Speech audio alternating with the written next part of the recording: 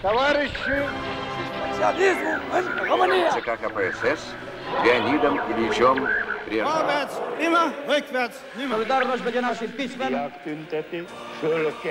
Перестройка хозяйственного механизма, перестройки сознания.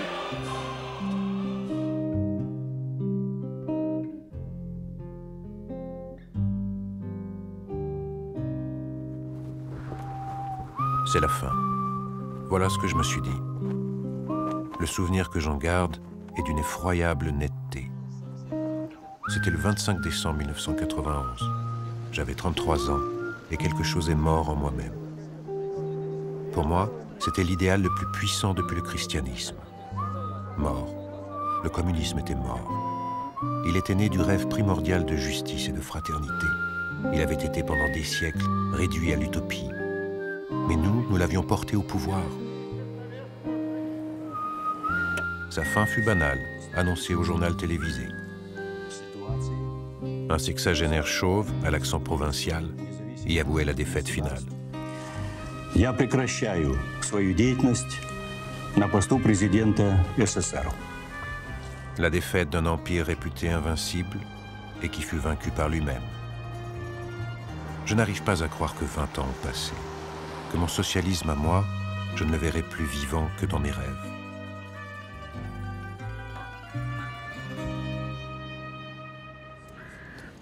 Mais au réveil, je ne me lamente pas. C'est mort, enterré à jamais, et c'est tout.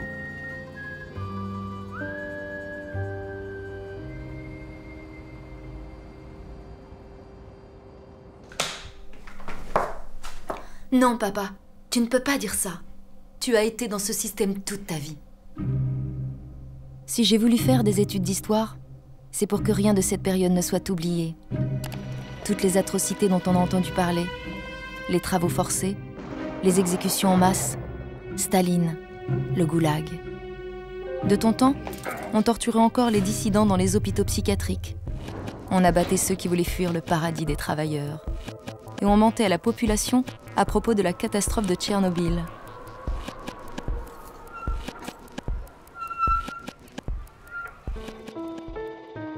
Tu n'étais pas souvent là quand j'étais petite, dans les années 80. Tu disais que tu ne pouvais pas rester avec nous à l'ouest, que tu devais rester à l'est pour donner une nouvelle chance au socialisme.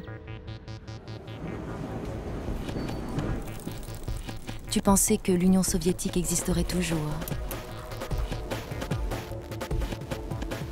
C'est pour ça qu'aujourd'hui, j'aimerais comprendre pourquoi le plus grand empire de l'histoire, avec tous ses pays satellites, son armée et ses services secrets, s'est effondré comme un château de cartes. Pourquoi et comment le communisme est-il mort?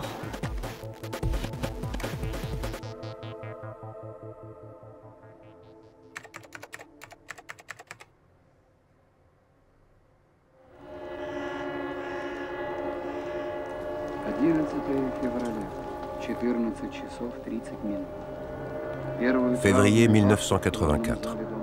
Notre dirigeant Andropov vient de mourir. Je ressens quoi? De la tristesse? Non, de l'espoir. L'espoir d'un renouveau pour notre pays. Eh bien non, j'avais tort. Un autre zombie, Tchernenko, a pris sa place. L'histoire se répétait. Et même s'il était clair que Tchernenko ne tiendrait pas longtemps, il y en avait des dizaines comme lui qui attendaient leur tour. Je ne voyais pas en eux l'avenir glorieux qu'on m'avait appris à attendre du socialisme. Bien sûr, mais ces dirigeants communistes moribonds n'étaient pas simplement des pantins ridicules. Andropov a beaucoup durci la répression politique, et sa mort n'a pas amélioré la situation. Lagle Parek, militante estonienne des droits de l'homme, se souvient bien de cette époque. Au moment de mon arrestation, j'étais en train de nager. On est venu m'arrêter à la piscine. On m'a accusé d'agitation et de propagande anti-soviétique et condamné à 6 ans de camp de travail à régime spécial et à 3 ans d'exil.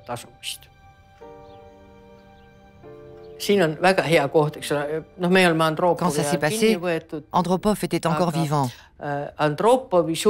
Mais j'ai appris sa mort dans le train qui m'emmenait au camp.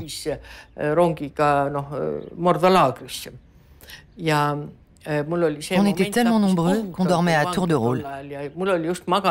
J'étais endormi sur la couchette du haut, quand tout à coup j'ai réalisé que le train était à l'arrêt. Puis j'ai entendu un hurrah assourdissant. Le wagon tanguait. Alors les autres m'ont demandé « Hé, toi, la politique, qui va prendre la place d'Andropov ?» En tant que prisonnière politique, j'étais censée connaître la réponse.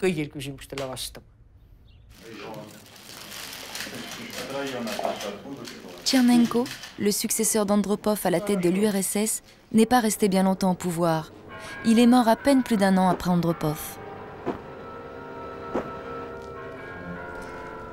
Les chefs d'État étrangers revenaient pour la 3e fois en 3 ans à Moscou, s'aligner devant le mur du Kremlin dans un froid glacial.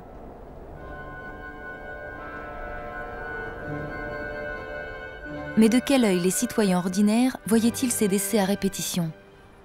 Voici Uwe Wirtwein, ancien soldat de la RDA, Sergiu Cselak, ancien interprète du gouvernement roumain, et Imre Szilágyi, artisan hongrois.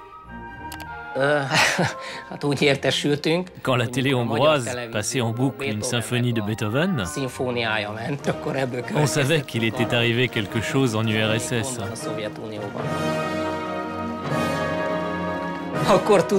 Que quelqu'un était mort. Brejnev, Andropov ou Tchernenko. Sergiu Cselak, de Roumanie. Dans le communisme, c'est la règle. On quitte le poste de secrétaire général du parti les pieds devant.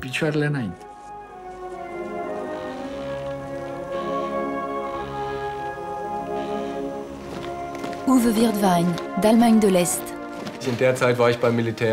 À l'époque, j'étais à l'armée. Je crois qu'il y a eu 2 enterrements pendant mon service.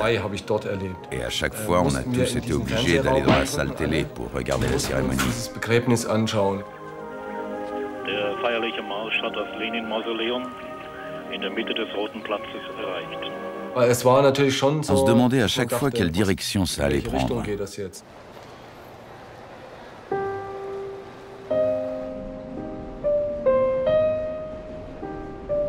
La fin prochaine de Tchernenko avait beau être parfaitement prévisible, je n'avais aucune envie de rester là pour l'attendre.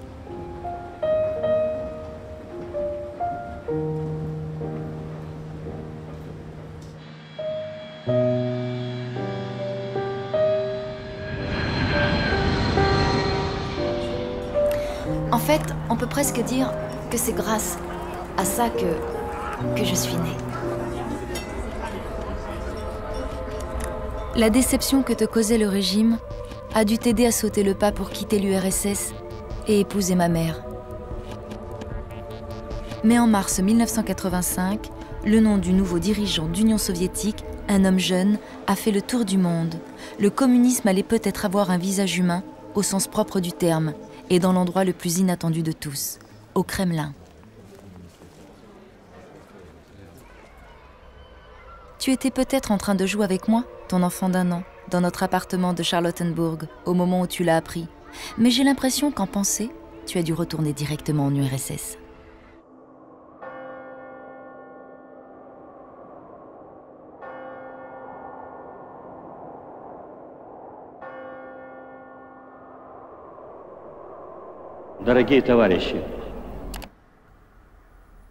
Mais pourquoi c'était aussi important qu'en 1985, Mikhail Gorbatchev prenne la tête de l'Union soviétique, à 54 ans?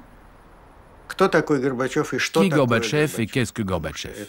Car c'est tout autant un homme qu'un phénomène.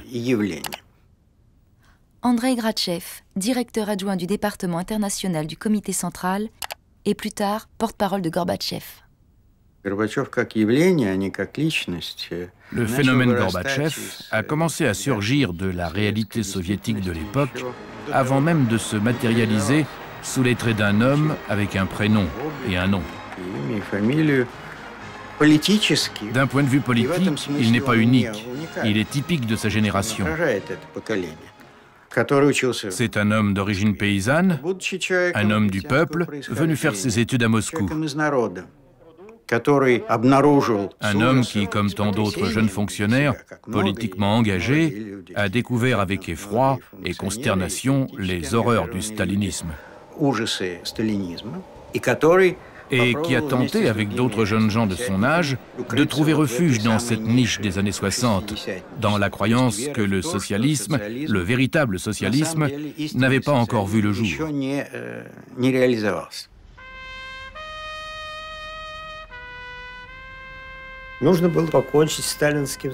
Il fallait en finir avec l'héritage du stalinisme, toujours présent sous Brejnev, mais sans les grandes purges.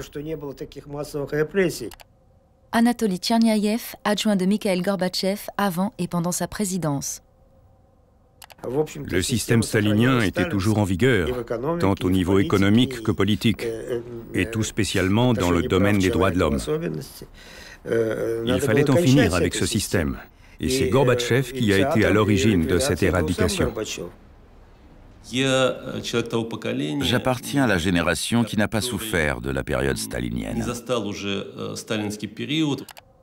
Général Alexei Kandaurov, officier du KGB de 1973 à 1991. Mon choix de rentrer au KGB coulait de source. Je voulais défendre mon pays. Et j'estimais que le meilleur moyen de le défendre, c'était de travailler dans les services secrets et le contre-espionnage. Gorbatchev n'a pas surgi de nulle part. Il était bien évidemment soutenu par certaines forces qui l'ont propulsé au premier plan. Andropov a été le principal initiateur de son avancement. Il a commencé à le pistonner à l'époque où il était président du KGB et il a continué une fois devenu secrétaire général. Je vais vous dire comment c'était en 1985. Boris Bilenkin, membre de l'association Mémorial, organisation indépendante de défense des droits de l'homme. Les 9 et 10 janvier, j'ai pris une bouteille et je suis allé boire avec l'écrivain Félix Vetov. Tchernenko n'en avait plus pour longtemps. C'était évident. Nous savions parfaitement que Gorbatchev allait être le prochain. C'était l'horreur. Ce Gorbatchev était un véritable cauchemar. Il était jeune, il avait au moins une vingtaine d'années devant lui. Et nous allions en prendre encore pour 20 ans. Nous avions adoré Andropov et Tchernenko, ces deux vieillards croulants et débiles. Moi, je misais tout sur Grishine. Je voulais qu'il soit le prochain. Il avait déjà un pied dans la tombe et il y aurait bientôt des funérailles. Un spectacle vraiment génial. Nous connaissions le passé de Gorbatchev. Il ne différait en rien de celui de centaines de ses semblables. Membre du Politburo ou pas, peu importait. Ce n'était qu'un rond de cuir du parti, comme tant d'autres. Son passé était nul, un passé absurde de membre du parti. Que pouvait-on attendre de lui? Personne dans mon entourage n'aurait pu dire « Voilà, maintenant Gorbatchev va arriver au pouvoir et tout va changer ». Non, c'était totalement inattendu.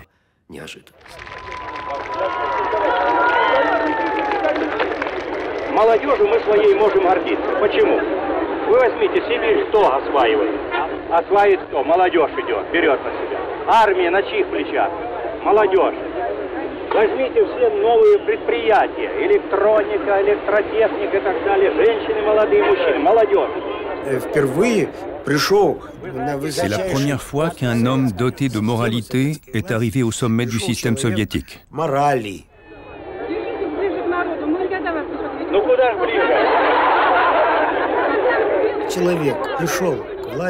Cet homme arrive au pouvoir et voit l'héritage que lui ont légué ses prédécesseurs, Brejnev, Andropov, Tchernenko, etc.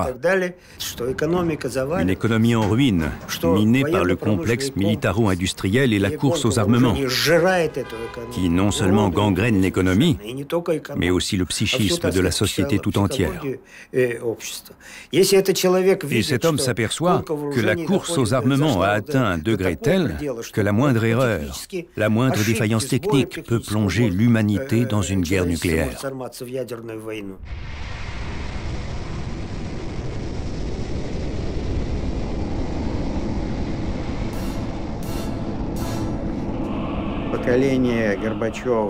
La génération de Gorbatchev n'a pas grandi dans la peur panique de la menace extérieure, de la menace occidentale.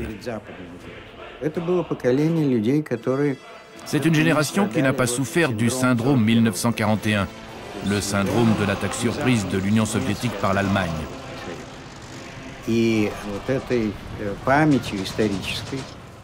Cette mémoire historique d'une tragédie nationale, partagée par des millions de Soviétiques, était devenue l'alibi, le mandat qui avait permis d'exiger du peuple soviétique n'importe quel sacrifice pour éviter une nouvelle guerre.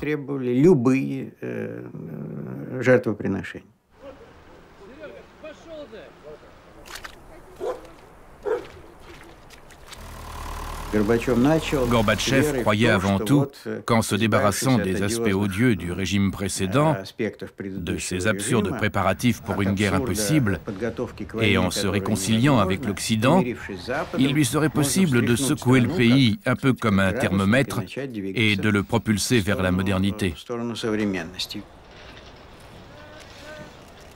19 ноября встретились Михаил Сергеевич Горбачев и Рональд Рейган. Первая советско-американская встреча на высшем уровне. Il s'est aperçu que non seulement l'Occident ne s'apprêtait pas à attaquer l'Union soviétique, mais surtout que ce même Occident redoutait l'Union soviétique, ce qui a été une véritable révélation pour Gorbatchev. Il a fait comprendre à l'Occident que la doctrine Brejnev était morte et enterrée et que l'URSS n'envahirait jamais le territoire de ses alliés pour résoudre leurs problèmes. Par conséquent, jamais les troupes soviétiques ne seraient envoyées en Pologne, en RDA ou dans n'importe quel État satellite, comme ça avait été le cas en 1968.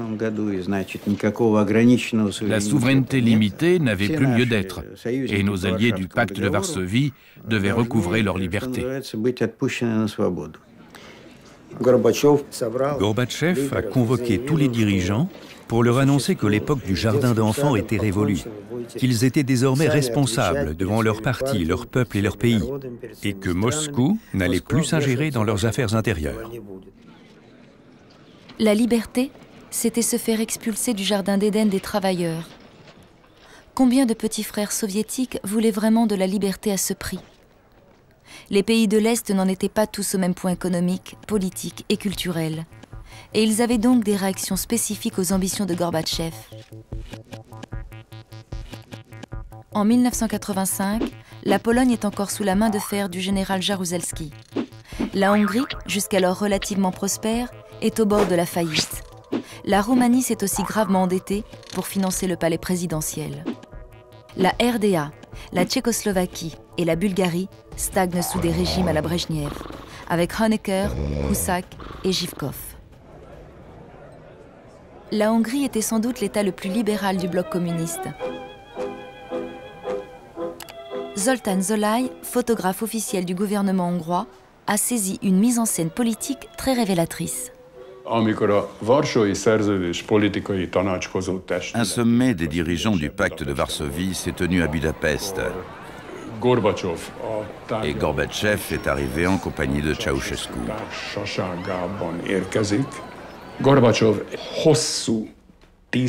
À l'époque, ça faisait déjà longtemps que Gorbatchev enguirlandait Ceausescu.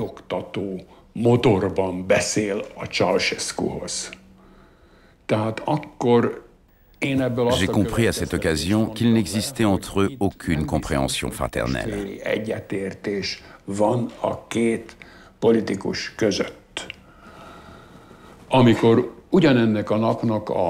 Chaque jour après le repas, après les débats, tout le monde posait pour la prétendue photo de famille.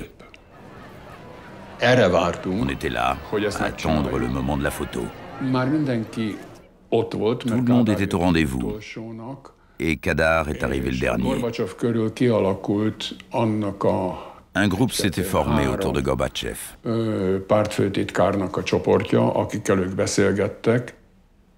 Voilà Gorbatchev, Jaruzelski et Honecker. Ceausescu, lui, se tient à l'écart.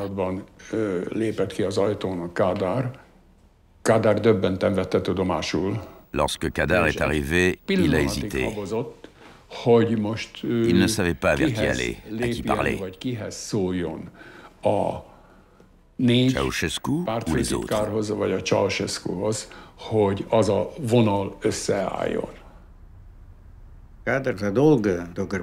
Kadar a commencé à réformer progressivement le socialisme hongrois bien avant Gorbatchev.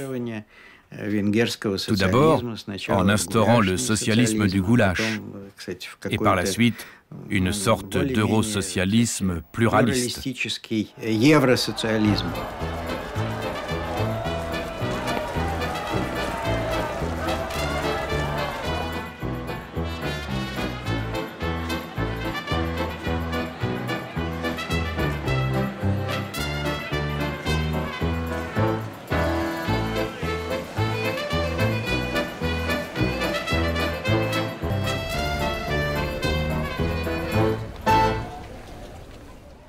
Le communisme goulash avait ses bons côtés. Ambrus Sarkozy, industriel hongrois. J'avais mis une petite annonce et j'avais plein de commandes. De ce côté-là, ça allait. Le problème, c'est qu'ils s'acharnaient à nous mettre des bâtons dans les roues. Je vous explique. On avait le droit de s'installer à son compte, mais tout dépendait en réalité de la bonne volonté de la municipalité. Si par exemple on voulait devenir fabricant de volets, il y avait toujours une petite dame au registre du commerce pour dire « Il y en a déjà 2 dans le quartier, ils n'en ont pas besoin d'un 3e. » Et voilà, au suivant. Il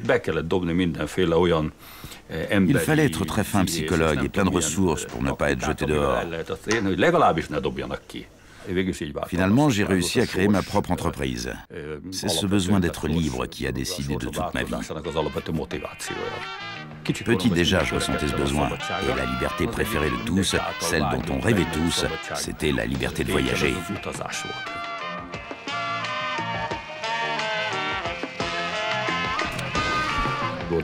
Je rêvais d'aller en Grèce, à Paris.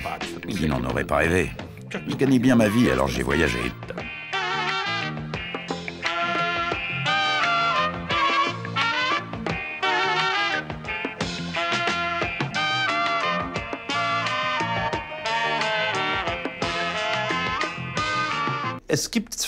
Il y avait 2 stratégies concernant le rideau de fer. András Sekfű, analyste des tendances de l'opinion publique pour la télévision nationale hongroise. En Union soviétique, en Allemagne de l'Est et en Tchécoslovaquie, personne ne pouvait obtenir de visa de sortie à part les très bons éléments. Par contre, la Hongrie et la Pologne délivraient des passeports, mais ils n'étaient pas tout à fait comme ceux de l'Ouest. On y insérait un papier qui précisait « Autorisation pour une seule sortie du territoire à but privé ». Donc nos passeports seuls n'étaient pas suffisants pour sortir du pays. En Hongrie, tous les ans, on retrouvait 3-4 personnes mortes près des barbelés en essayant de passer à l'ouest. Certains pensent que le communisme goulash, qu'on trouvait en Hongrie, n'était pas une vraie dictature, mais c'est faux. En fait, le régime de Kadar, c'était un peu du tango. Un pas à droite, un pas à gauche, un peu plus de dictature, un peu plus de liberté économique. En Hongrie, après la Seconde Guerre mondiale, il y avait des centaines de milliers de gens qui avaient vraiment foi en l'idéal communiste. Mais dans les années 80, ces vieux camarades ont plus ou moins disparu. La nouvelle génération de dirigeants sous Kadar ne croyait plus à l'idéologie communiste. Mais ils étaient quand même conformistes et obligés de s'aligner sur l'Union soviétique. C'est pour ça qu'on ne peut pas nier l'importance de la perestroïka.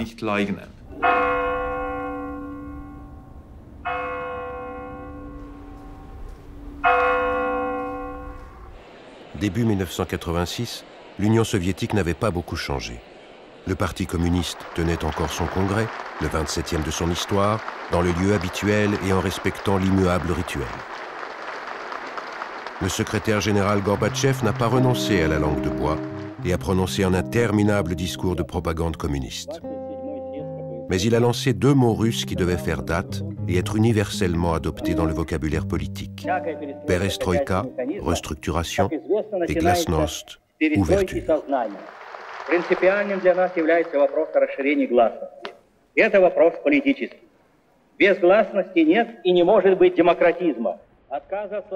Les correspondants et les analystes occidentaux l'ont bien entendu et ont peut-être été les premiers à y voir le signe d'un profond bouleversement. Malheureusement, Gorbatchev est beaucoup mieux compris par l'intelligentsia occidentale que par les siens. Alexander Tsipko, conseiller de Gorbatchev pour la Pologne. Il a tenté de corriger le système en fonction de la situation qui régnait dans les pays d'Europe de l'Est et de leur soif de démocratie et de liberté. C'est l'essence même de la perestroïka de Gorbatchev, de la glasnost, etc. En Hongrie, la perestroïka et la glasnost étaient perçus comme des signes de naïveté. Voilà qu'une espèce de Candide se retrouve à la tête du parti en Russie et veut réformer la façon de boire la vodka. Il est bien naïf. Nous, on continuera à boire notre vodka et tant pis pour la perestroïka. Nous ne sommes pas les seuls à trop boire, mais aucun autre pays n'était aussi visiblement touché par l'alcoolisme que l'Union soviétique. Au moment de l'arrivée de Gorbatchev au pouvoir, les maladies et les accidents directement liés à l'abus d'alcool avaient réduit l'espérance de vie des hommes soviétiques à moins de 60 ans. Il a voulu intervenir et sa campagne contre l'alcoolisme est restée dans la droite ligne de la propagande soviétique.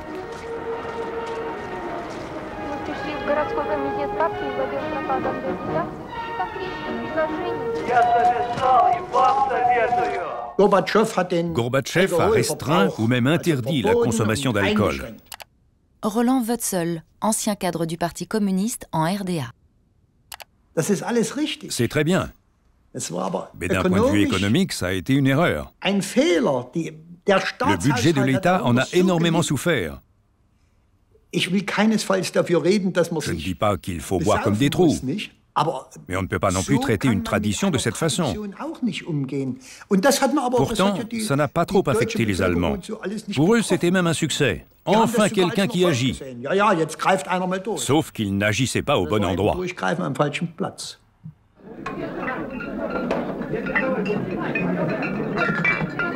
Les mesures de lutte contre l'alcoolisme ont eu un certain succès et ont fait un peu décroître la mortalité. Mais on ne faisait pas seulement la queue pour acheter de l'alcool en Union soviétique. Les organisateurs de cette campagne ne prenaient pas en compte les multiples raisons qui causaient cet alcoolisme catastrophique pour le pays.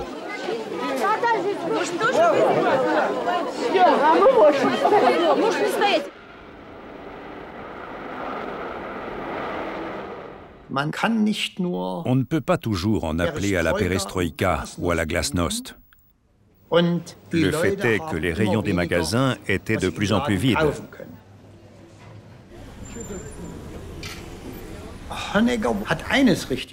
Honecker avait compris une chose, c'est que Gorbatchev avait un gros point faible. Il n'avait absolument aucune solution pour résoudre les contradictions internes, en particulier dans le domaine de l'économie. C'est pour ça qu'Honecker recevait toutes les idées de Gorbatchev avec une très grande circonspection. Il les considérait toujours avec beaucoup de réserve. Ces relations étaient bien entendu différentes avec chacun de ses dirigeants. C'était avec Jaruzelski qu'elles étaient les meilleures. Celui-ci s'était très rapidement enthousiasmé pour Gorbatchev, qu'il considérait comme un exemple et une chance de sortir de la situation dans laquelle il s'était embourbé avec Solidarność. La perestroïka n'aurait pas existé si Gorbatchev n'avait pas choisi de réagir aux événements qui se produisaient en Pologne. Et s'il n'avait pas décidé de sauver le socialisme en l'associant à la démocratie. J'ai personnellement écrit de ma main le projet pour le Politburo du comité central du PCUS. 2 pages. Les notes à l'intention du Politburo ne devaient pas faire plus de 2 pages. Je l'ai rédigé et j'ai démontré qu'une opposition constructive n'était pas négative et qu'il fallait laisser Jaruzelski faire une place à une opposition constructive. La menace d'une invasion de l'armée soviétique était réelle. Andrzej Rossiewicz, chanteur et compositeur polonais très connu et sympathisant de Solidarnosc. La loi martiale a rendu illégale Solidarnosc et toutes les organisations non gouvernementales. Même les organisations d'artistes, de peintres, ont été dissoutes. Ronald Reagan avait surnommé la Russie l'Empire du Mal. Et voilà qu'apparaissait soudain un secrétaire général qui comprenait qu'un changement était nécessaire.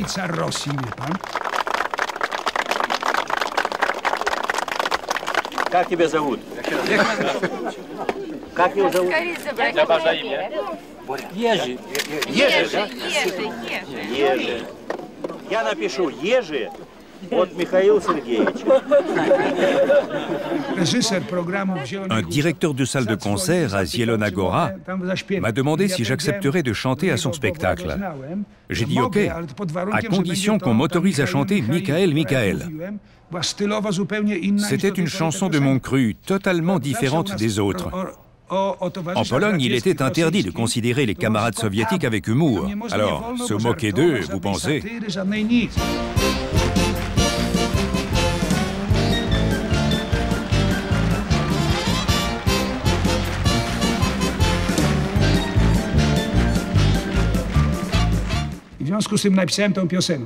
Ma chanson était un tube. Des milliers de gens sont venus m'écouter. J'adore la musique russe. Pour moi, tout ce que la Russie compte de merveilles, elle les doit à sa musique. Alors j'ai introduit un extrait d'une célèbre chanson russe dans Michael, Michael.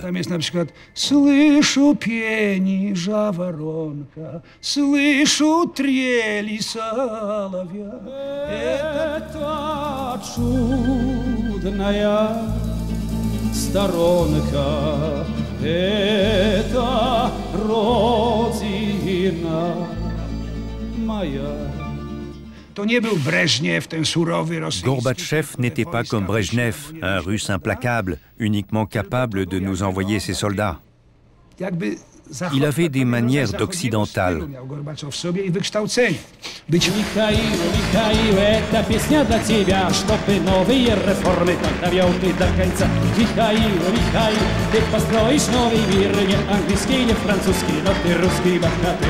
Ой, ой, мама, кружится земля, матушка Россия, родина моя. Ой, ой, мама, хватит сил, новой революции победит Михаил. Il était détendu comme le sont les Occidentaux, sans complexe, très conciliant. Quand je suis allé le saluer, il m'a dit « Andrei, merci ».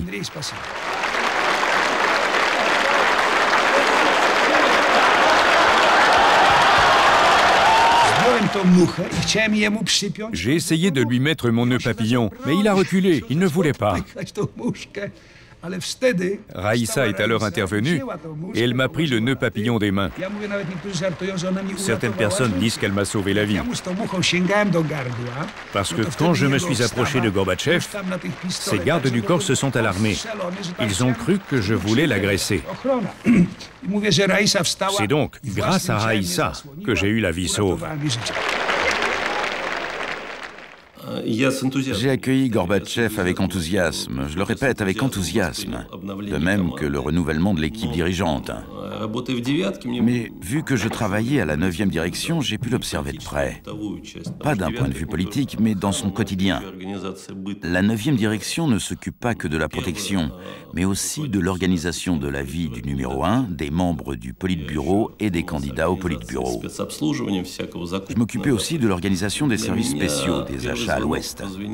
Pour moi, la première alarme a retenti en été 1985, quand, après avoir déclaré la lutte contre la stagnation et contre les privilèges, il nous a donné l'ordre de lui faire construire une nouvelle résidence à la campagne. Il avait déjà une datcha officielle. Il pouvait aussi vivre à Gorki 9, là où avait vécu Andropov, ou choisir n'importe quelle résidence officielle. Mais non, il fallait lui construire à toute vitesse une nouvelle datcha. Et tout ça sous son contrôle direct et celui de sa femme. Nous avons dépensé des sommes folles prélevées sur l'argent public. Ensuite, il a fallu lui faire bâtir une résidence en Crimée. La situation économique était de pire en pire et nous voilà partis construire une datcha à côté de Pitsunda. Non seulement il a gardé les privilèges dont il bénéficie en tant que secrétaire général, mais il les a amplifiés, ce qui n'était pas le cas du temps d'Andropov, qui était un véritable ascète. Mais lui, il tendait vers les valeurs occidentales, pas seulement la démocratie et la liberté, mais aussi les valeurs matérielles, et de plus, celles du haut de l'échelle sociale. Pour moi, Gorbatchev n'était pas un homme corrompu. La corruption, ce terme qui est devenu essentiel pour comprendre la Russie depuis ce temps-là. Mais finalement, nous, les petits de ce monde, nous ne pouvons pas savoir de quoi un grand dirigeant a besoin pour honorer un emploi du temps surchargé ou rencontrer les autres chefs d'État.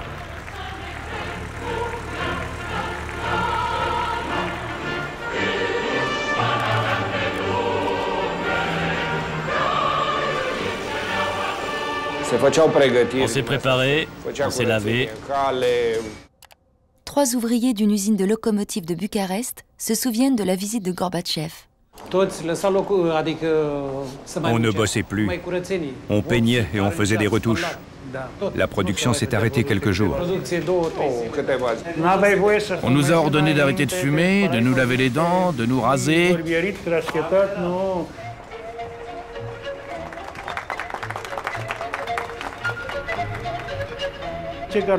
Gorbatchev nous a demandé si on avait assez à manger. À l'époque, on manquait de nourriture. Et là, Ceausescu est intervenu en disant « Laissez-les travailler, on s'occupe de leur alimentation ».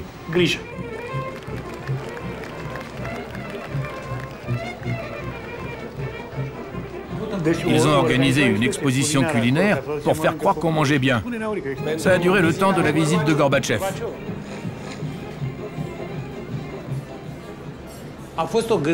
Il y avait cette oie farcie aux champignons. Quand les équipes de tournage sont arrivées, elle avait disparu. Où est passée l'oie? Ça a été un scandale. En fait, on avait poussé l'oie jusqu'à ce qu'elle tombe de la table. Il n'y avait plus qu'à la couper et à la partager. On a tous eu un petit morceau. Михаил, это песня для тебя, чтобы новые реформы, как довел ты до кольца. Михаил, ты построишь новый мир, не английский, не французский, но ты русский богатырь. Ой, ой, мама, кружится земля, матушка Россия, родина моя. Ой, ой, мама, кружится земля.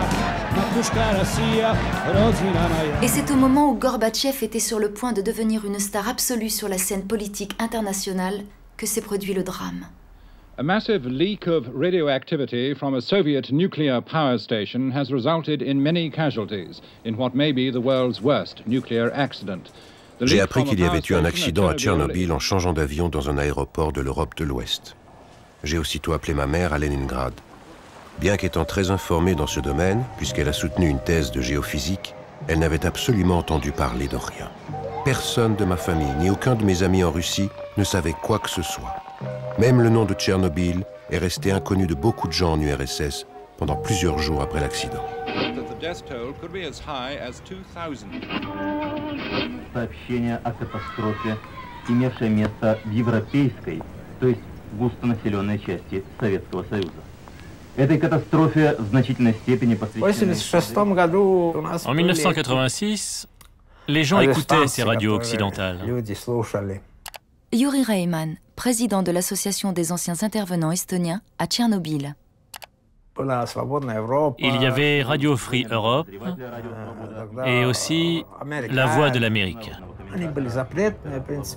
Elles étaient interdites, mais avec un bon récepteur, on arrivait à les capter. Elles ont été les premières à parler d'un grave accident à Tchernobyl. Cet accident avait eu lieu le 26 avril, mais en Union soviétique, le 1er mai était une grande fête. Il y avait des défilés dans toutes les villes. Et il était interdit de diffuser une aussi mauvaise nouvelle.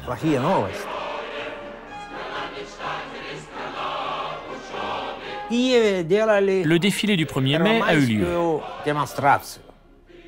Il faisait beau. Et Kiev est situé juste à côté de Tchernobyl. Il y avait toujours des pionniers qui participaient au défilé. Des enfants avec leurs petites cravates rouges et leurs chemises blanches à manches courtes. Mais la poussière radioactive ne cessait de tomber sur la ville. Et il aurait fallu interdire le défilé. Ça a été pour Gorbatchev une grande épreuve politique. Tout d'abord, il lui a fallu plusieurs jours, plus de 10 jours, pour mobiliser les forces nécessaires pour endiguer l'accident. Учитывая чрезвычайный и опасный характер того, что произошло в Чернобыле, Политбюро взяло в свои руки всю организацию работы по быстрейшей ликвидации аварии, ограничению ее последствий. На сегодня 299 человек госпитализированы с диагнозом лучевой болезни разной степени тяжести. 7 из них скончались.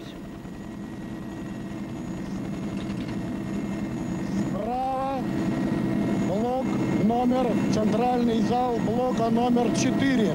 Включи!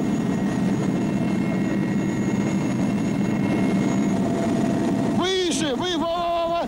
Держи это место! Держи!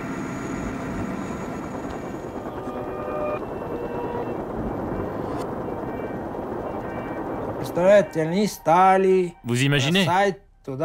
Ils ont commencé par jeter des sacs de ciment et de sable dans le réacteur en feu depuis des hélicoptères. Ils étaient obligés de voler très bas et ils ont été exposés à de terribles doses de radiation. Ils sont déjà tous morts.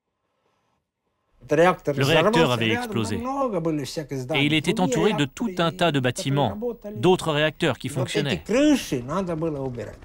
Il fallait absolument nettoyer les toits. La première année était la pire. Chaque homme recevait un tablier, fait dans une espèce de mélange de caoutchouc et de plomb, et une pelle. Il devait aller sur le toit et jeter les débris dans un container ou les balancer dans la brèche. Il ne devait pas rester sur le toit plus de 20-30 secondes. C'était leur journée de travail. Et tous les gars qui étaient là-bas la première année, eux aussi, ils sont déjà tous morts. Il fallait refermer la brèche le plus vite possible, parce que la poussière radioactive était déjà au-dessus de l'Europe. La seule solution, c'était d'envoyer l'armée. Il fallait des tonnes de gens, et ils en ont envoyé des milliers. En temps de paix, j'étais réserviste. Mais Tchernobyl était considéré comme un état d'urgence, une situation de guerre. Ils avaient le droit de m'appeler. Et c'est ce qui s'est passé. En moyenne, chaque homme devait rester 2 mois maximum. La règle, c'était qu'il ne fallait pas dépasser une certaine dose de REM. C'est l'unité qui permet de mesurer le degré d'irradiation. Une fois qu'on avait atteint cette dose, on pouvait rentrer à la maison. Il y avait même des gars qui travaillaient plus longtemps, au détriment de leur santé, pour pouvoir rentrer plus vite chez eux. Moi, je travaillais uniquement dans les cuisines, où le taux de radiation était le moins élevé. Du coup, je suis resté là-bas 4 mois. Quand la construction du sarcophage a enfin été terminée, il fallait planter un drapeau rouge en haut d'une immense cheminée. Une cérémonie officielle, avec je ne sais quel responsable, devait avoir lieu parce que le sarcophage avait été construit en un temps record. Allez savoir ce qu'il lui avait promis. Mais un type s'est porté volontaire. Il a grimpé au sommet de la cheminée pour y planter le drapeau rouge. Cette cheminée métallique datait d'avant l'accident. Elle était complètement irradiée. Et ce type est mort depuis longtemps. Vous imaginez? Grimper en haut de cette cheminée au nom de la propagande soviétique. C'est terrifiant.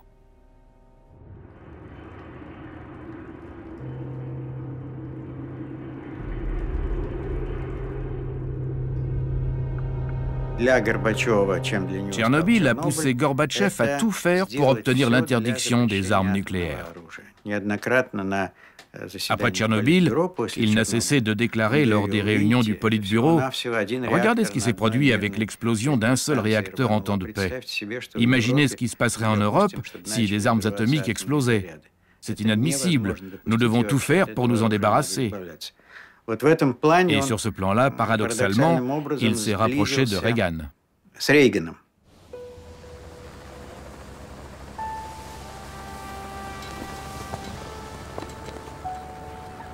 Le sommet de Reykjavik, en octobre 86, a revêtu une immense importance pour des gens qui se trouvaient pourtant à des milliers de kilomètres de l'Islande. On m'a fait sortir du camp et on m'a ramené le jour même de la rencontre entre Gorbatchev et Reagan à Reykjavik.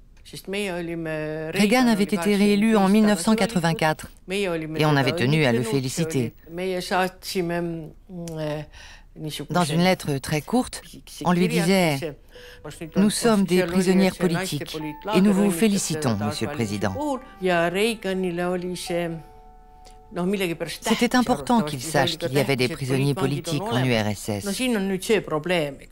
Ça mettait Gorbatchev en mauvaise posture, car un des points à négocier avec Reagan portait précisément sur les prisonniers politiques. Gorbatchev a probablement compris qu'il devait en libérer quelques-uns, et il essayait de trouver le moyen d'y parvenir sans perdre la face.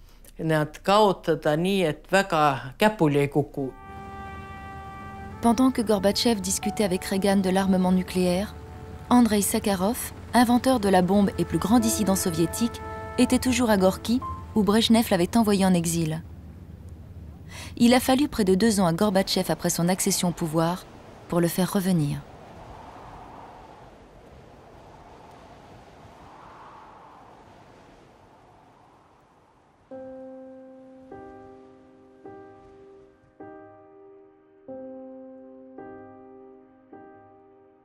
Вечером поздно постучали в дверь.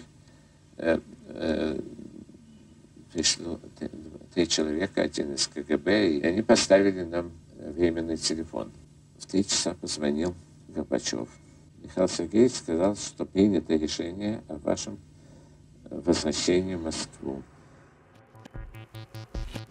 C'est Sakharov qui a inventé dès 1970 le concept de glasnost, d'ouverture, qui a été attribué plus tard à Gorbatchev. Il a beaucoup mécontenté les dirigeants soviétiques en avertissant l'Occident que le désarmement et la détente seraient impossibles sans respect des libertés en URSS, sans glasnost.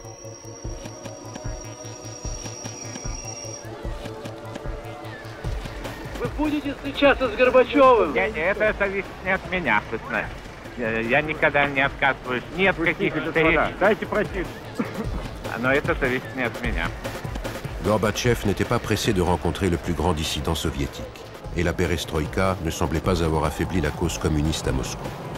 Ni même le bolchevisme, un mot utilisé par le secrétaire général du parti, Mikhail Gorbatchev, lors du 70e anniversaire de la révolution russe.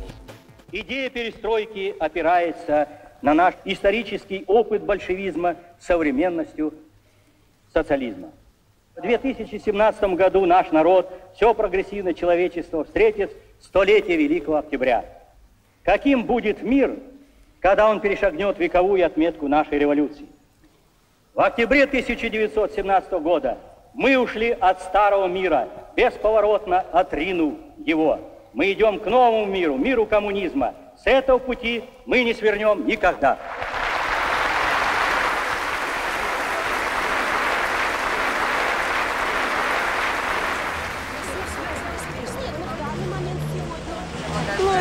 Нет, у нас трудности, безусловно, есть в стране, но мы надеемся, что все будет благополучно. Что мы все за Горбачева, за его политику, за его перестройку. Вот все. Что мы можем сказать? Почему вы за всех говорите? А разве вы против перестройки? Я не против перестройки. А почему вы говорите, что мы все за Горбачева? А разве вы не за Горбачева? Нет. Очень плохо. Уже наши. Нет, это не плохо. У нас есть более умные и более компетентные люди. Кто, например? Ельцин. Мы уже не будем здесь. Идея перестройки опирается на наш исторический опыт большевизма. Une fois qu'on s'engage sur la voie des réformes, on ne peut plus s'arrêter. Et il y a toujours quelqu'un qui veut en faire davantage. C'est ainsi qu'il est arrivé, ce Russe renfrogné, d'origine modeste, avec l'immense ambition d'accéder au pouvoir, aussi irréaliste qu'ait pu sembler cette idée au départ. Son ambition, ainsi que son nom, devait rester inconnu du monde extérieur pendant encore longtemps. Mais dans le destin de l'Empire communiste, cet homme était une bombe à retardement.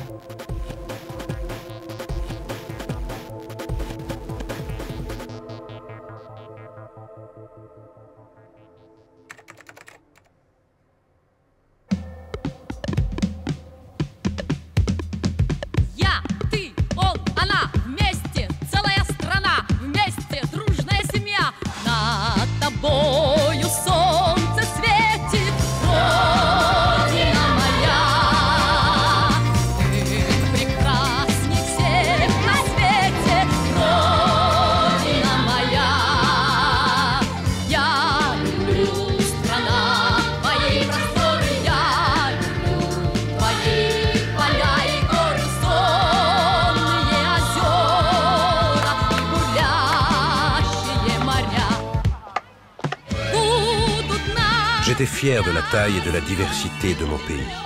J'étais fier de savoir que ma langue était parlée par des dizaines de peuples différents. Il ne m'apparaissait absolument pas inférieur pour autant. L'Union des 15 républiques soviétiques était le seul pays de l'histoire à n'avoir aucune référence nationale dans son nom. Et pour moi, ce n'était pas un détail.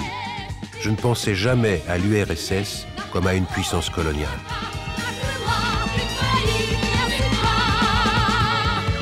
Et je n'étais pas le seul. Certes, j'avais appris à m'enorgueillir de la belle ville de Leningrad, ou Saint-Pétersbourg, ancienne capitale impériale, mais notre idéologie était schizophrène. L'héritage culturel et historique russe était une bonne chose, car c'étaient les gens du peuple, souvent des serfs, qui avaient bâti ces merveilles. En revanche, l'héritage des tsars russes était mauvais, car ils avaient exploité leur propre peuple, ainsi que tous ceux qu'ils avaient conquis. Pourtant, la carte de l'Union soviétique ressemble étrangement à celle de l'Empire russe, avec deux exceptions notables, la Finlande et la Pologne. Mais dans les faits, seule la Finlande était réellement indépendante. D'une certaine manière, les communistes ont bâti un empire plus vaste que les tsars, car ils contrôlaient efficacement les frontières des États européens du pacte de Varsovie. Je ne me souviens pas avoir eu conscience de la proximité de la frontière entre les deux Allemagnes, qui coupait pourtant en deux la ville dans laquelle j'ai grandi. J'étais trop jeune. C'est avec le recul que je réalise à quel point elle a traumatisé la population allemande. Et les réformes du dirigeant du Kremlin, dans le lointain Moscou, n'avaient pas une portée suffisante pour alléger le fardeau des citoyens ordinaires qui se sentaient emprisonnés dans le plus vaste empire de la planète. J'avais toujours l'impression d'être enfermé et d'avoir une vie handicapée. Uwe Wirtwein a grandi à Berungen, un village est-allemand à la frontière de la RFA. Le village se trouvait juste à côté de la frontière, à environ 1 kilomètre. En fait, elle nous encerclait sur 3 côtés. Et puis, il y avait ce qu'on appelait la zone interdite, c'est-à-dire une forêt avec des chiens et des mitrailleuses automatiques. Quand on posait des questions à notre entourage, que ce soit à la maison ou à l'école, on nous répondait invariablement que c'était comme ça depuis toujours et que ça ne changerait jamais.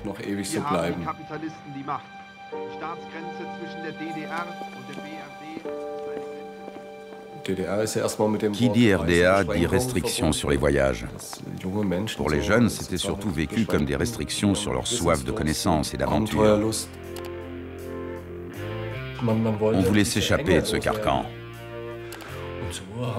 Alors un jour, j'ai pris une carte de la Sibérie et j'ai choisi une rivière à 9000 km.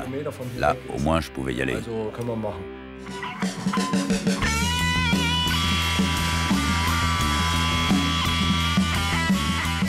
J'ai visité toutes les républiques soviétiques, par moi-même, pas en voyage organisé.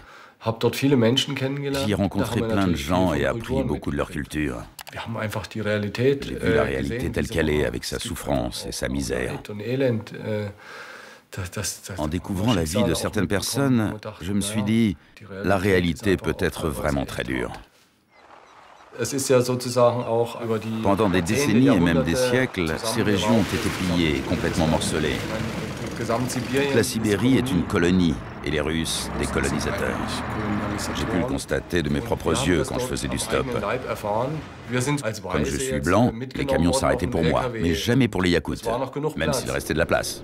Le chauffeur me disait, les Yakoutes, c'est des esclaves. On les ignorait parce qu'ils étaient considérés comme inférieurs.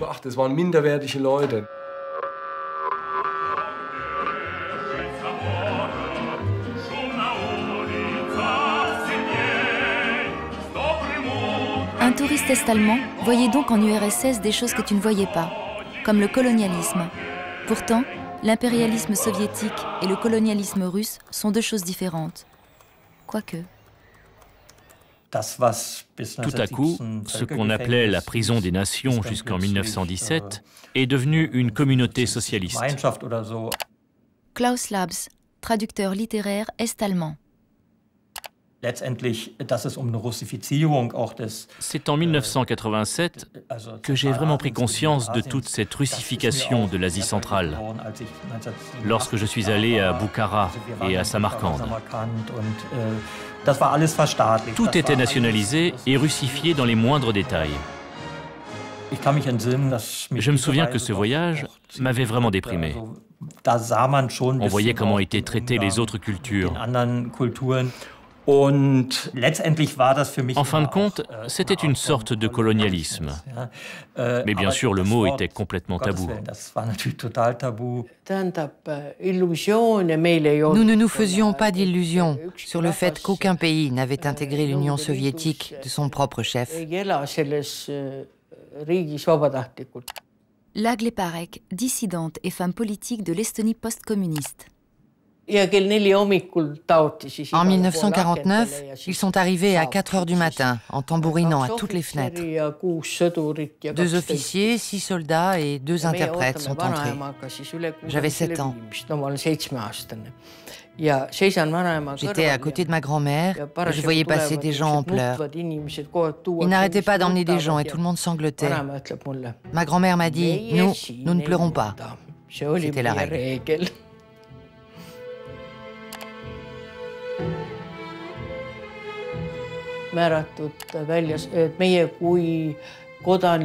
En tant que famille de bourgeois nationalistes, on a été condamnés à la déportation en Sibérie. Au cours de l'année 1949, plus de 22 000 Estoniens ont été déportés.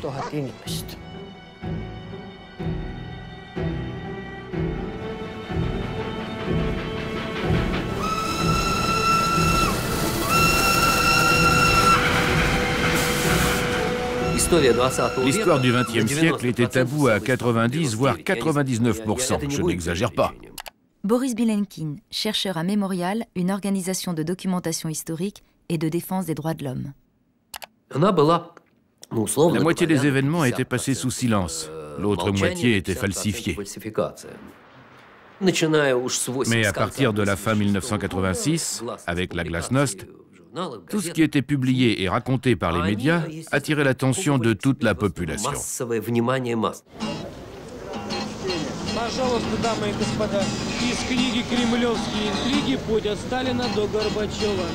À Moscou, c'était l'effervescence.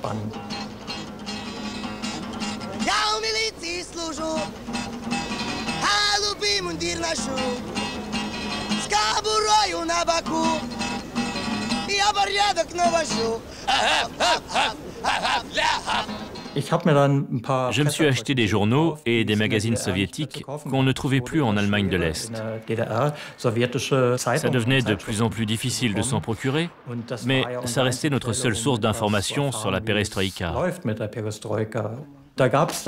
Par exemple, il y avait Sputnik, qui compilait des articles de toute la presse soviétique, mais avec une ligne éditoriale pro-Gorbatchev, et même parfois encore plus radicale.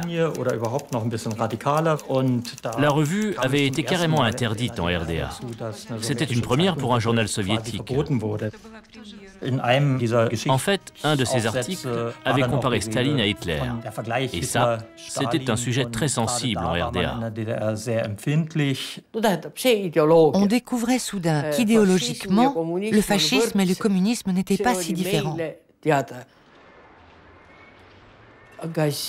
Les journaux et la radio ont beaucoup changé. Les gens passaient leur temps à lire les journaux et à s'échanger des livres discrètement. Si on était un minimum intéressé, on pouvait lire des choses sur presque tout.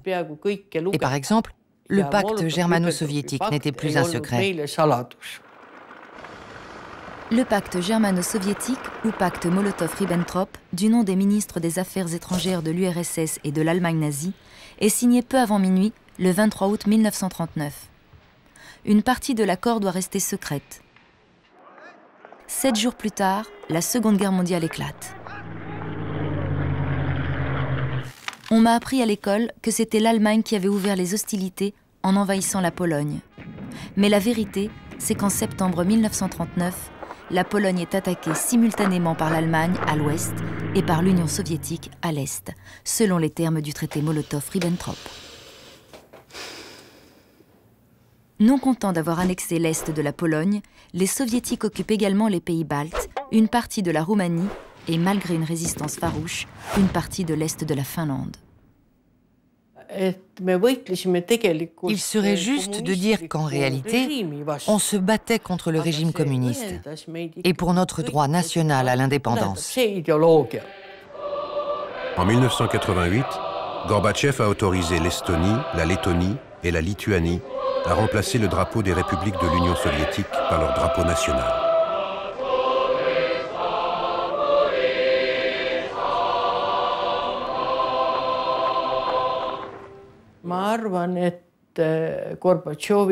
Je pense que Gorbatchev a fait renaître l'espoir. Mais l'une de ses plus grandes erreurs a été de ne pas comprendre le nationalisme. Tous ces éveils nationaux l'ont énormément surpris.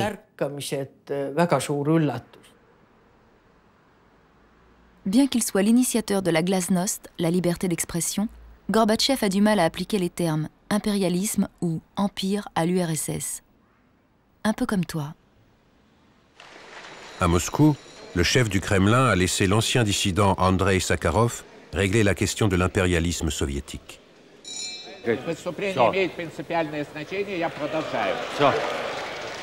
Частные национальные проблемы мы получили в наследство от сталинизма национально-конституционную структуру, несущую на себе печать имперского мышления, и жертвой этого наследия являются малые союзные республики и малые национальные образования, входящие в состав союзных республик, но не в меньшей степени. Жертвам явились большие народы, в том числе русский народ. Все, товарищ Сахаров. Товарищ Сахаров. Les gens ont très vite compris que notre passé était terrible, monstrueux, qu'on n'avait pas que des squelettes dans nos placards, mais aussi d'innombrables cimetières, et il fallait faire avec. Тут был ров. Сделали деревянный настил и прям привозили этих убиенных, голых и мужчин, и женщин совершенно голых, и ссыпали, кидали на этот настил. А мы тут купались в этом пруду. И вот эти покойники по настилу то выплывали прямо в пруд. Пошел трупный яд. Никого не стали пускать купаться. Les gens ont vu s'ouvrir un gouffre devant eux, et il fallait réagir. Un groupe s'est formé pour réclamer la création d'un mémorial dédié aux victimes des répressions politiques. Par mémorial, on entendait un complexe commémoratif, avec des archives, un musée, une bibliothèque, doublé d'un centre de recherche. Peu à peu, les victimes des répressions, leurs enfants, etc., ont commencé à venir nous voir. Une fois par semaine, j'étais à l'accueil. Репрессия, 37-й год, а дата смерти не установлена. Значит, вот приговор военной коллегии, это расстрел. J'en ai vu passer des centaines. Там указано, приговор приведен в исполнение, точка. Un homme m'a dit, c'est terrifiant. Après sa deuxième arrestation, maman a disparu. On est resté longtemps sans nouvelles. Larissa Garmash, fille d'une victime des purges staliniennes. J'étais la seule de ma classe à ne pas avoir de mère. À l'école, les autres enfants me traitaient d'ennemi du peuple.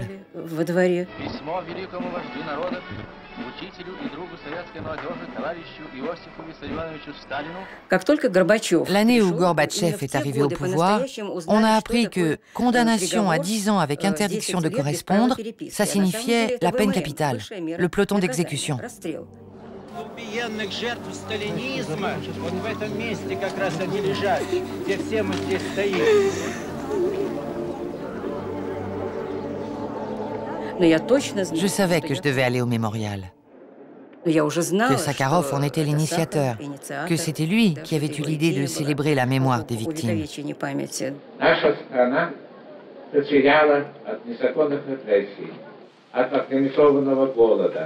От беззакония и террора многие миллионы своих граждан.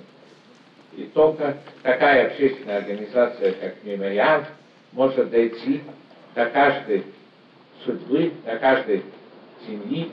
И мы будем отслеживать историю нашей страны так, как она воплощается в истории ее людей. Единственным, что может излечить народ, это правда. Voici les dossiers de tous ceux qui ont été fusillés à Moscou pendant les grandes purges. Ce sont les photographies des dossiers d'instruction. Elles ont toutes été prises en prison.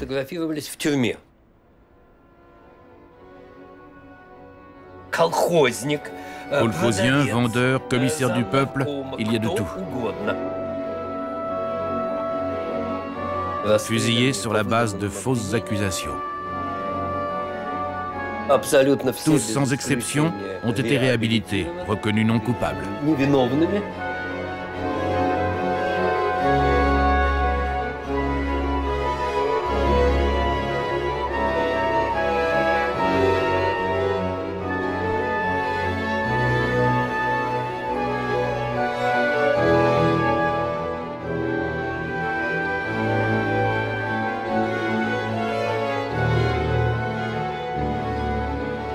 Presque toutes les familles soviétiques, y compris la mienne, comptent au moins une victime de la Grande Terreur.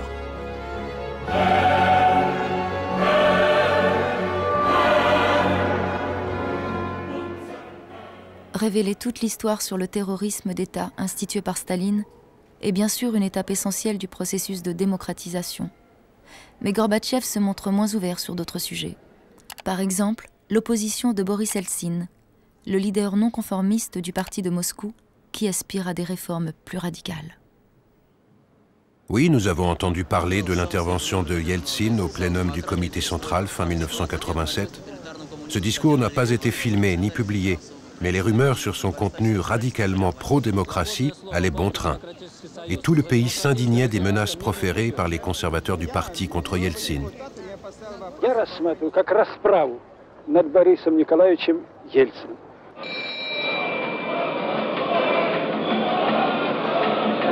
Ну и давайте мы с дела Ельцина снимем тайну. Пусть все, что считает Борис Николаевич сказать, скажет. А если что у нас появится с вами, тоже можно сказать. Пожалуйста, Борис Николаевич. Товарищи делегаты, реабилитация через 50 лет сейчас стала привычной. И это хорошо действует на оздоровление общества. Но я лично прошу политической реабилитации все же при жизни.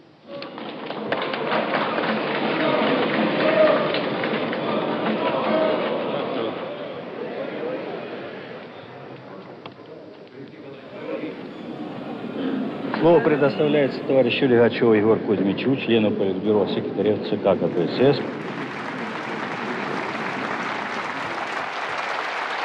Igor Ligachev, chef de file des conservateurs. Уважаемые товарищи, нельзя молчать, потому что коммунист Ельцин встал на неправильный путь. Оказалось, что человек обладает не созидательной, а разрушительной силой. А объективно говоря, направлен на то, чтобы посеять сомнения. Это очень так ждут от нас за рубежом. Посеять сомнения в правильности проведения политического курса партии. Прости мне, но мы с тобой уже расходимся не только в тактике, но и в стратегии. Écarté de la direction du Parti communiste de Moscou, Yeltsin a également dû démissionner du Politburo. Le comité central et Gorbatchev lui-même semblaient décidés à l'isoler.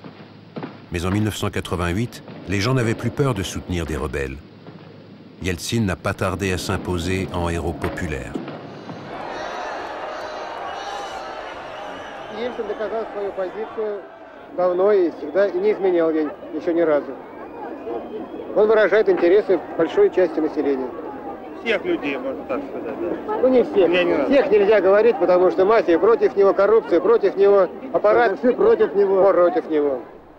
Среди членов ЦК есть, понимаешь, жулики, взяточники, у которых миллионы. Les slogans anticorruption sonnaient comme une bouffée d'air frais dans un monde dominé par le dogme communiste. Dénoncer les mensonges était soudain devenu une cause nationale, et Yeltsin, son principal champion. Oui, mais cette dénonciation a déstabilisé le communisme, au final. Et certains pays n'ont voulu prendre aucun risque. La Roumanie semblait plus stable que l'URSS. Mais au-delà des apparences, qu'est-ce qu'il y avait vraiment derrière cette belle stabilité ?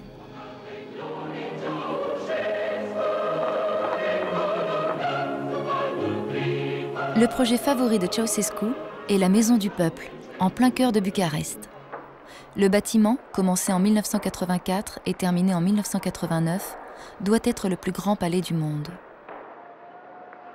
Mais dans un pays aux ressources plus limitées que l'Union soviétique, le néo-stalinisme de Ceausescu ne tarde pas à se traduire par un rationnement alimentaire et des coupures fréquentes de gaz, d'électricité et de chauffage pour les Roumains ordinaires.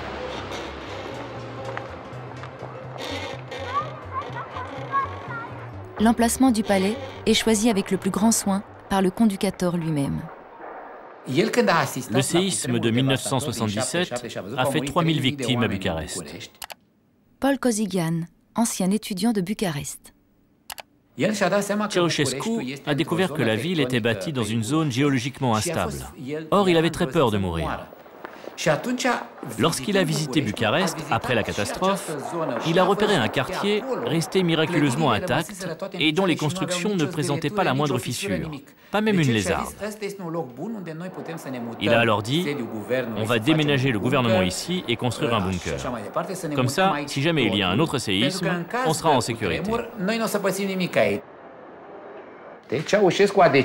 Ceausescu a donc fait raser le centre historique de Bucarest.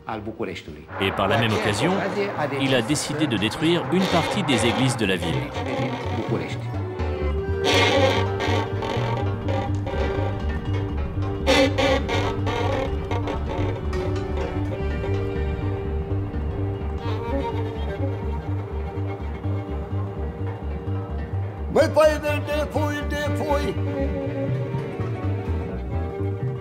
Mai ziua de 22, a venit vremea înapoi, să trăim frate și noi, să trăim frate și noi. Les habitants de la capitale ne sont pas les seuls à consentir des sacrifices pour le palais présidentiel. Les paysans ne pouvaient pas acheter de salami, ni de fromage. Johanna Anton, institutrice originaire d'un village à 100 km de la capitale. Un jour, on est allé à Bucarest, au magasin d'État. Mon père a reçu 100 grammes de salami. Alors, pour montrer à la vendeuse ce que c'était de faire la queue une demi-heure juste pour ça, il a mangé la saucisse là, sous ses yeux. La fois suivante, on a fait la queue sans même savoir ce qui se vendait. Au bout de 2 heures, on a compris que c'était du chocolat chinois. On est reparti avec des sacs pleins de chocolat. Mes gamins et moi, on a mangé du chocolat chinois pendant un mois entier. C'était ça le système.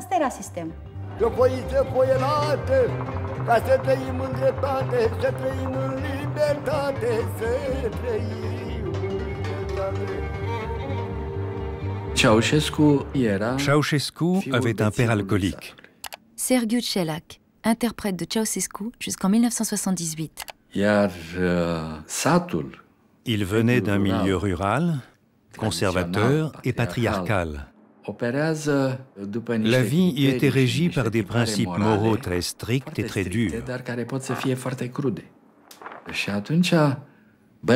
On peut imaginer que les autres enfants du village se moquaient de lui et qu'ils le traitaient de fils d'ivrogne.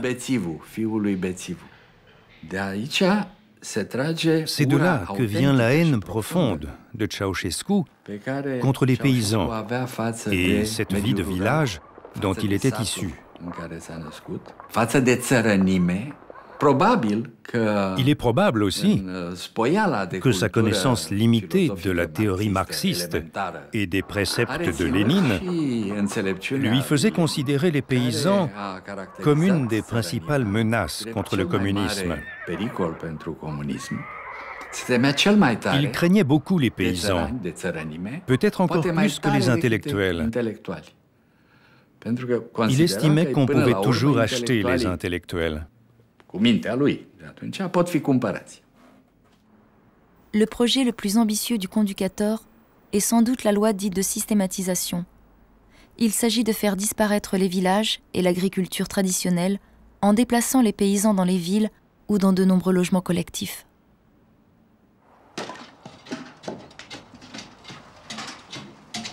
Qu'en pensent les principaux intéressés? Nici copiii, noi nu. Aici.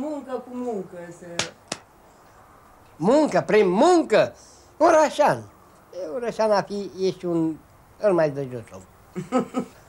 2 tiers des villages du pays, dont beaucoup abritent des joyaux du patrimoine architectural roumain, sont voués à la destruction. Et ce programme sera en grande partie mené à bien. On avait une maison modeste, avec des vignes et un petit jardin dans lequel on cultivait nos propres légumes. Costel Ardelianu, ancien villageois. L'idée, c'était de concentrer les habitations pour avoir un maximum de terres agricoles. C'est pour ça qu'ils ont remplacé les fermes par des immeubles en béton. On avait un immeuble pour 18 familles, au lieu d'avoir des maisons individuelles. Certains sont tués parce qu'ils refusent de quitter leur foyer.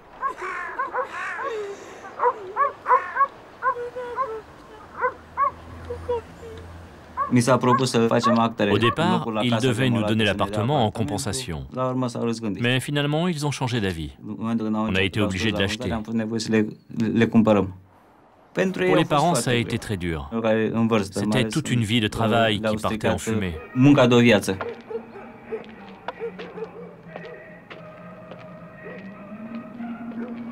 Pourtant, même dans ces bâtiments impersonnels, où plusieurs familles se partagent une salle de bain et une cuisine, la vie doit continuer.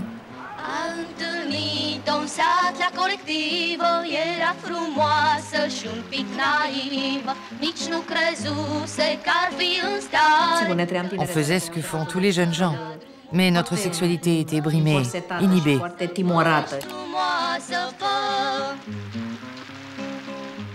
Les préservatifs n'existaient pas. Les contraceptifs étaient rares. Laura Grunberg, ancienne étudiante en sociologie. Pendant toute cette période, il y avait un décret qui interdisait aux femmes d'avorter tant qu'elles n'avaient pas 4 enfants. Quant à celles qui choisissaient d'en faire 5 ou plus, on les appelait les mères courage. Je pense que l'ambition de Ceausescu était d'accroître encore la natalité et la démographie extraordinaire pour lesquelles on était alors célèbre. On nous admirait pour ça, pour notre taux de natalité, jusqu'à ce que le reste du monde découvre le prix qu'on avait payé.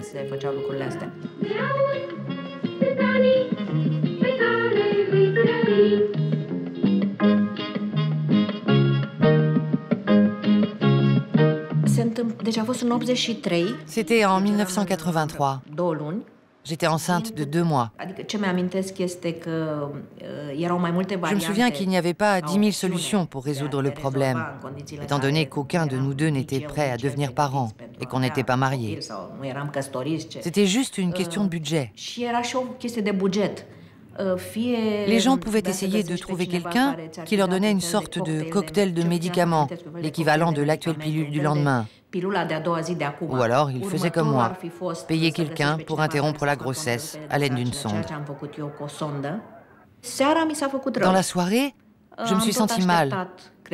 J'ai attendu en espérant que ce soit juste un léger saignement, mais mon état n'a fait qu'empirer. On est donc allé à l'hôpital, aux urgences. J'ai eu de la chance. Je suis tombée sur un médecin absolument merveilleux. Dès qu'il m'a vue, il a compris ce qui s'était passé. Et il a tout fait pour me sauver. On m'a aussitôt emmenée au bloc opératoire.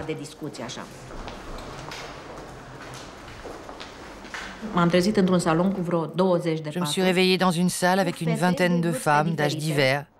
Ensuite, les hommes de la Securitate sont venus interroger celles qu'ils soupçonnaient d'avoir avorté pour savoir qui les avait aidées. C'était très dangereux pour les gens concernés, et pour nous aussi.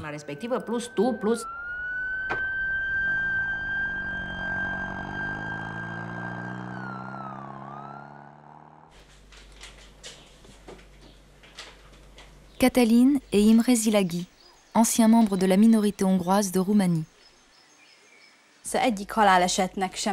Personne ne devrait mourir comme ça. Ça n'aurait jamais dû arriver. La sœur de mon mari a connu une fin tragique à 20 ans, parce qu'à l'époque, l'avortement était strictement interdit en Roumanie. Elle est tombée enceinte et comme il ne voulait pas d'un deuxième enfant, elle s'est fait avorter clandestinement et elle en est morte. Ce sont mes parents qui m'ont prévenu. Au début, ils m'ont juste dit qu'il s'était passé quelque chose d'horrible. Mon premier réflexe a été de courir donner mon sang pour essayer de la sauver. Plus tard, ils ont réussi à m'expliquer exactement comment c'était arrivé. Ma belle-sœur est morte à l'hôpital, à l'aube. Vers 9 h du matin, ils nous ont tous embarqués au poste de police où ils nous ont interrogés séparément. À chaque fois, ils rédigeaient un nouveau procès-verbal qu'ils nous faisaient signer. Ça a duré toute la journée, jusqu'au soir. En sortant devant le bâtiment de la police roumaine d'Oradea, j'ai juré de tout faire pour ne plus jamais me retrouver dans une telle situation. Et je me suis promis de fuir le pays à la première occasion.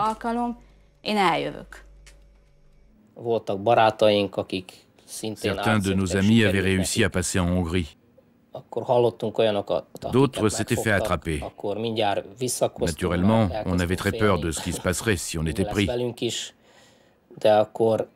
Mais après avoir longuement pesé tous les arguments pour et tous les arguments contre, on a fini par décider que c'était un risque qu'il fallait prendre pour notre avenir. On a quitté le pays caché dans un coffre de voiture. On a pleuré pendant tout le voyage. On perd toute notion de temps dans ces cas-là. Ça a duré 40 minutes, peut-être 45.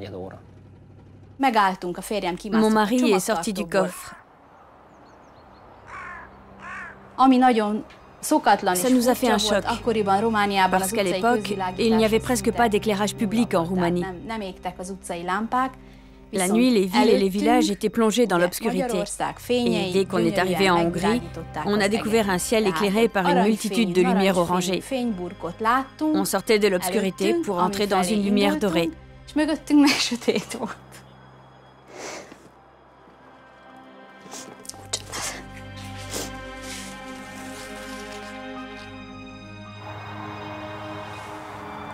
la République populaire de Hongrie s'apparente à une terre promise pour la minorité hongroise de Roumanie.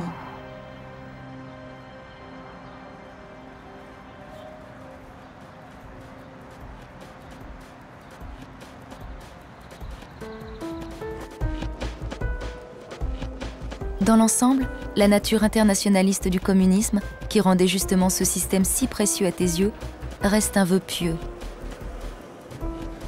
Au lieu de résoudre les problèmes des minorités, on les a balayés sous le tapis de l'idéologie. Yuri Afanassiev, historien vedette de l'ère Gorbatchev, a fait une interprétation révélatrice de l'impérialisme communiste.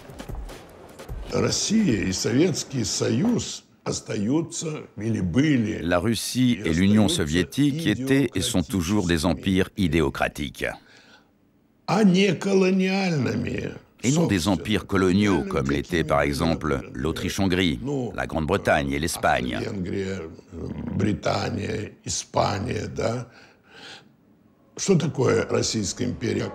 Qu'est-ce que l'Empire russe? On peut le qualifier de théocratique, en ce sens que l'idée est l'ossature autour de laquelle, à proprement parler, tout est édifié. La Russie, en tant que grande société et État unitaire, s'est construite autour d'un concept idéologique qui est que Moscou est la troisième Rome.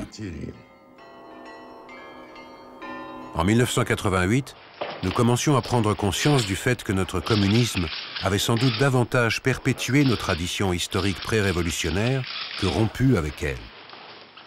Cette année-là, on célébrait le millénaire de l'introduction du christianisme en Russie, en rousse, comme elle s'appelait alors.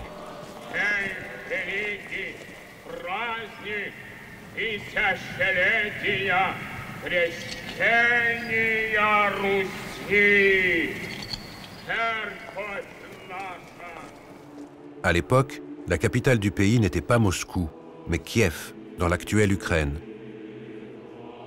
La glasnost et la perestroïka impliquaient aussi une libéralisation dans le domaine de la religion, qui avait été quasiment supprimée par les communistes avant Gorbatchev. Les gens avaient soif de foi, et la plupart se fichaient bien de savoir que Staline avait fait rebâtir notre église pendant la guerre à des fins de propagande, après l'avoir presque totalement détruite dans les années 20 et 30. L'infiltration de l'église par le KGB n'était un secret pour personne.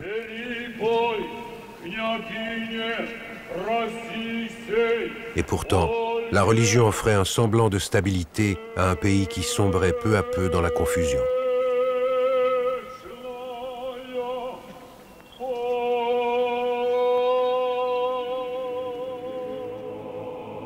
N'était-il pas un peu naïf de compter sur l'Église orthodoxe russe pour unifier un pays comptant plusieurs centaines de peuples et toutes les principales religions, y compris le bouddhisme, le paganisme et bien sûr l'islam?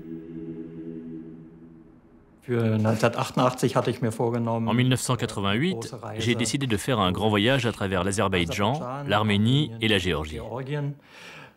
Je suis passé par une agence de voyage en RDA. Et peu de temps après, on a commencé à entendre parler des violences entre Arméniens et Azéris à Sumkayit. À l'aéroport, j'ai demandé si on était sûr de pouvoir atterrir, parce que le voyage n'était quand même pas donné et j'avais un mauvais pressentiment. On m'a rassuré. Évidemment, les touristes d'Allemagne de l'Est arrivent toujours à destination quand ils vont en Union soviétique. Mais une fois arrivés à Moscou, on nous a dit « impossible d'aller à Bakou ». Bakou est la capitale de ce pays d'une importance stratégique.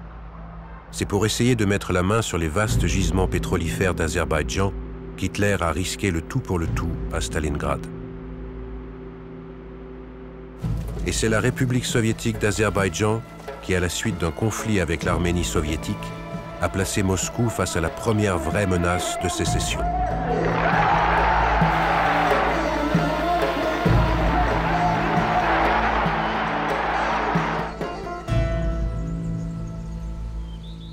Je ne dirais pas que le Caucase a toujours été une région troublée.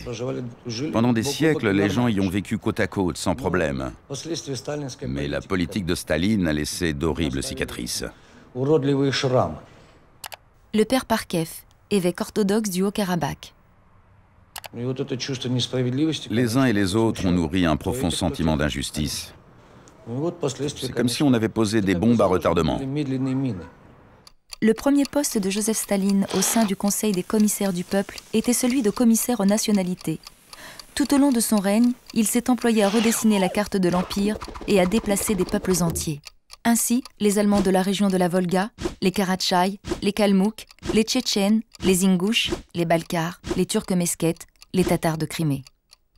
Les Estoniens, les Lettons, les Lituaniens, les Biélorusses, les Ukrainiens et les Moldaves ont tous été victimes de déportations de masse. Plusieurs dizaines de milliers de personnes à chaque fois. Cette politique a produit de véritables bombes à retardement qui ont commencé à exploser dès que le joug du Kremlin s'est relâché. En 1923, le premier grand décret de Staline est de rattacher l'enclave du Haut-Karabakh, majoritairement arménienne, à l'Azerbaïdjan.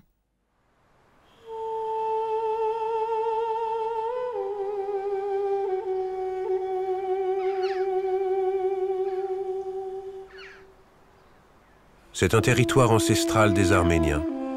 À en croire les sources indépendantes, ils se sont installés ici au IIe siècle avant Jésus-Christ.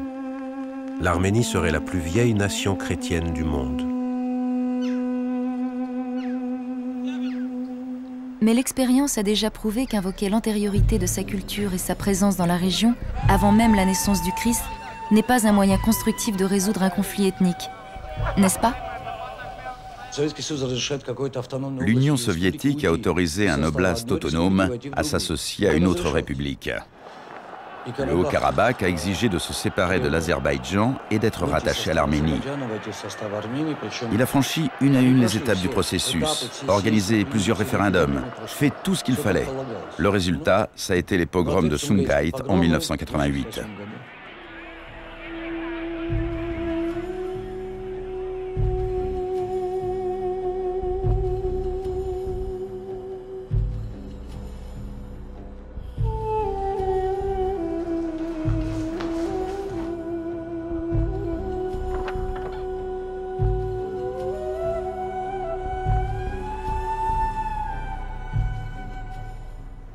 Ça a duré 3 jours. Les Arméniens ont été tués. Puis les forces azéries et russes sont arrivées. Personne ne peut rester indifférent au sort des victimes innocentes d'un conflit ethnique. Mais un camp n'est jamais seul responsable. Malgré l'évidente souffrance des Arméniens, il faut préciser que les toutes premières victimes du conflit arméno-azéri de 1988 étaient azéris.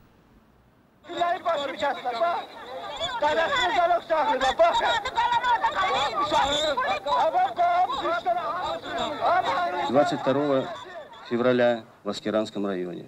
Здесь пролилась первая кровь. Погибли двое азербайджанских юношей. Несколько десятков получили ранения. Dressés les uns contre les autres, les Arméniens et les Azéris n'étaient d'accord que sur un point. Tous accusaient Staline d'avoir préparé la guerre. 48 yılda 100 bin Azerbaycanlı Ermenistan'dan köçürülüp onu tələbinə Stalin imzaladı. Mikhail Gorbatchev héritait malgré lui de tous ces désordres. Quand le Haut-Karabakh a exigé son émancipation ou son rattachement à l'Arménie, Gorbatchev a déclaré « Vous avez oublié les 500 000 Arméniens qui vivent en Azerbaïdjan ». Il a évoqué d'éventuels pogroms pour effrayer les Arméniens. Ces menaces voilées étaient sans doute le moyen choisi par Gorbatchev pour faire régner la paix au sein de l'Empire. Mais à l'extérieur du pays, à l'ONU, on le considérait comme un champion de la paix, un improbable altruiste communiste. Сила и угроза силой не могут более и не должны быть инструментами внешней политики. Прежде всего, это относится к ядерному оружию, но дело не только в нем. От всех, а от более сильных в первую очередь, требуется самоограничение и полное исключение применения силы вовне. Таков первый важнейший компонент ненасильственного мира – как идеала, который мы вместе с Индией провозгласили и к которому мы приглашаем следовать. Bien sûr, on peut facilement dénoncer l'hypocrisie de l'homme politique. Et bien sûr, l'Union soviétique restait un empire, même sous Gorbatchev. Mais le numéro 2 du régime soviétique, Édouard Shevardnadze, était originaire d'une des régions les plus rebelles du RSS, la Géorgie. Une colonie de l'Empire russe. Voilà ce qu'a été la Géorgie pendant 2 siècles. On a appris dans notre chair ce que ça signifiait d'être une colonie. Mais les Russes ne nous ont pas fait que du mal pendant ces 200 ans. Une voie s'est ouverte vers Saint-Pétersbourg, Moscou, Odessa, et c'est là que se trouvaient les établissements d'enseignement supérieur. Les jeunes gens qui voulaient faire des études ailleurs qu'en Géorgie allaient à Saint-Pétersbourg, à Moscou, à Odessa et dans d'autres villes.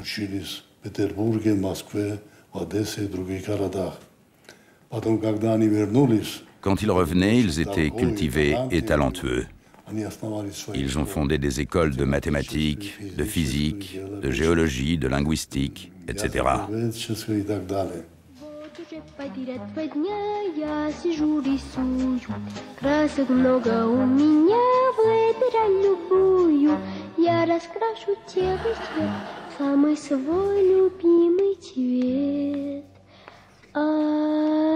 Оранжевое небо, оранжевое море, оранжевая зелень, оранжевый верблюд, оранжевые мамы, оранжевым ребятам, оранжевые песни. Irma Sokhadze, elle aussi géorgienne, était la plus célèbre des enfants vedettes soviétiques.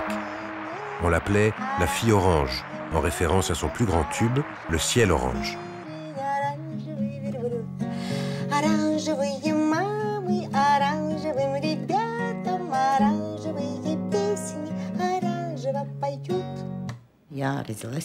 Je suis née et j'ai grandi en Union soviétique. À l'époque, je ne comprenais pas ce que ce pays avait de mal. Je croyais qu'il n'y avait pas de meilleur pays au monde, que nulle part ailleurs on pouvait se sentir aussi libre. L'Union soviétique était un territoire gigantesque. La Russie était tout pour moi. Elle m'a donné tant d'amour. Ses chansons, ses poèmes. À l'école comme à la maison, c'était tout mon univers.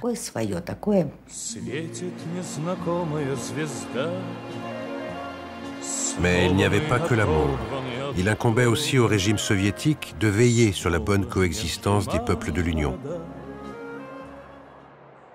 Pourtant, les conflits se multipliaient, à la fois entre les républiques de l'Union et entre leurs différentes régions. La Géorgie, par exemple, devait faire face aux revendications séparatistes de l'Abkhazie, où des officiers de Leningrad, ma ville natale, se retrouvaient pris entre deux feux.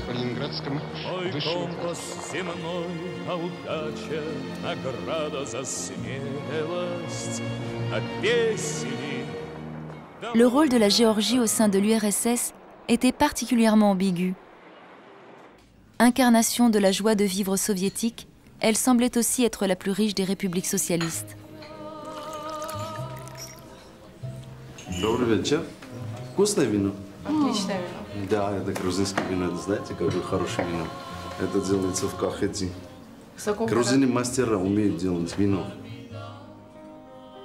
Traditionnellement contestataire, la Géorgie a aussi vu naître celui qui était à la fois la personnification et le maître de l'Empire, Joseph Staline. En avril 1989, à Tbilissi, la capitale, le gouvernement soviétique est entraîné dans un des événements les plus tragiques de toute l'ère Gorbatchev.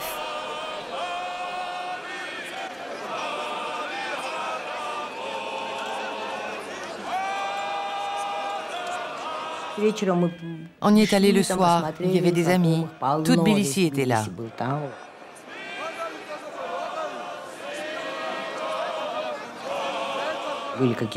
C'était tendu depuis 2 jours, mais personne ne s'y attendait.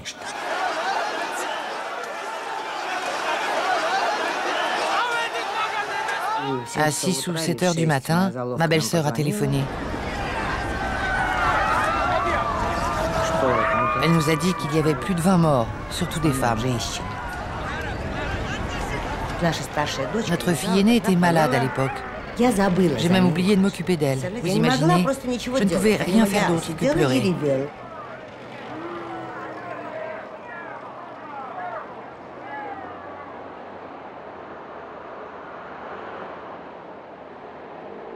How can we trust them? They are talking about democracy, they are talking about perestroika, and they are killing their own people. C'était un geste proprement révoltant. Des victimes innocentes tuées à coups de pelle par les militaires. À Moscou, le général Rodionov justifiait l'intervention de l'armée. О саперных лопатах. Кое-кто держал в руке саперную лопату, потому что солдату надо было чем-то защищаться. Дальше. Те, кто сейчас после трагедии говорят о мирном характере митинга, забывают, что над центральным проспектом города день и ночь раздавались гнусные призывы к физической расправе с коммунистами, разжигались антирусские и националистические настроения, лозунги. Зачитываю лозунги, самые распространенные по всему городу и особенно в районе Дома правительства, в том числе на английском языке. «Долой русский коммунизм», «Русские захватчики долой из Грузии», «Долой прогнившую русскую империю», «Долой коммунистический режим», «СССР тюрьма народов». И осталась крайняя мера – принять силу.